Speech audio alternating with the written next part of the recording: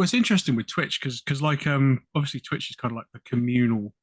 My experience with adventure games, well, my early experience with adventure games is I played them a lot with my dad on like my old DOS computer, and that was like a communal thing. Let's try and find a way to get up the chute in Fate of Atlantis, or where you put the submarine in Fate of Atlantis.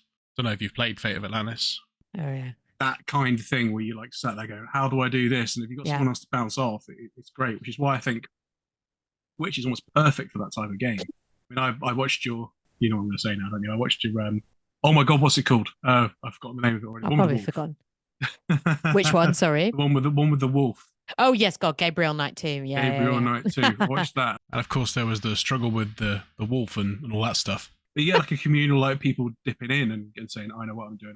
And actually, it's like, it's really cool. It's actually as enjoyable watching someone play it because you kind of get that communal thing. I know that's the same with a lot of games, but I think it's particularly, I don't know, it just seems particularly normal with adventure games. I don't know if you agree, but I think so. I think it depends. I mean, because I am always wary, of course, especially if new games have come out, especially adventure games that are maybe quite small developer. You know, it's sort of a balance if you want to give these things a bit of notice, but you also maybe don't want to spoil, because it's obviously difficult with story games where there's not a huge amount of choice. Like, are you kind of spoiling this game for people because they might not then buy the game, but then you know, retro games, people love it. You know, retro adventure games. You know, there's a whole big channel for retro on Twitch. It's not just obviously for adventure games, but it's for like platformers and everything. But you know, you do get people in because they love that game or they've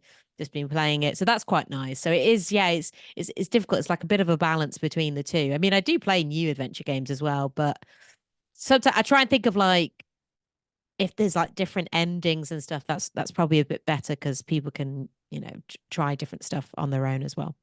What's your favorite one then? What game or well, I'd go for adventure game first.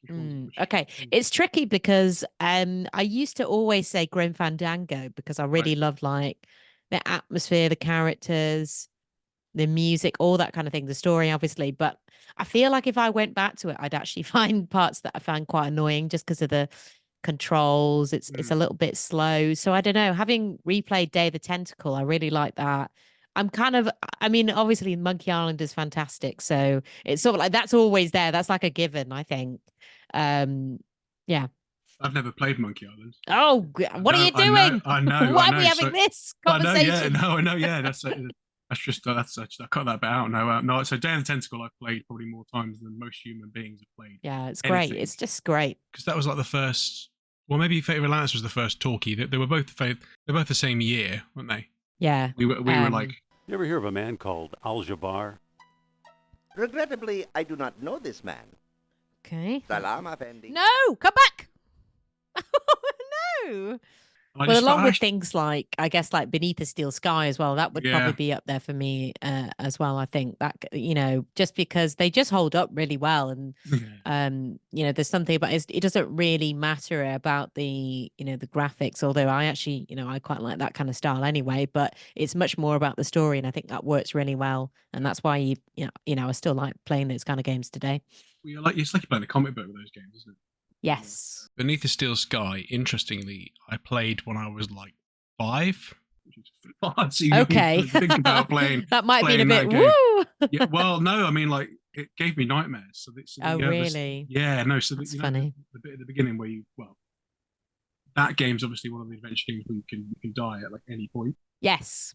So, and there's a bit at the beginning, if you walk down the stairs, it's like I know which bit you mean, yeah. And he's lying down on the floor with his eyes open, and it used to terrify me. So I worked out where the restore button, because it's restore instead of load, was on the screen by not looking, because it scared me so much, so I could just like click load. Oh, that's sad. Like that. Yeah, I know, it is really sad, isn't it? but no, I definitely, so it's one of those things that's like, I'm so glad I didn't finish it, because it gets worse, because there's that bit where you walk further into the game and that monster comes out and eats you. That would have just finished me off. Yeah, I forgot about that. Yeah. At the end. Spoiler alerts for anyone. Yeah.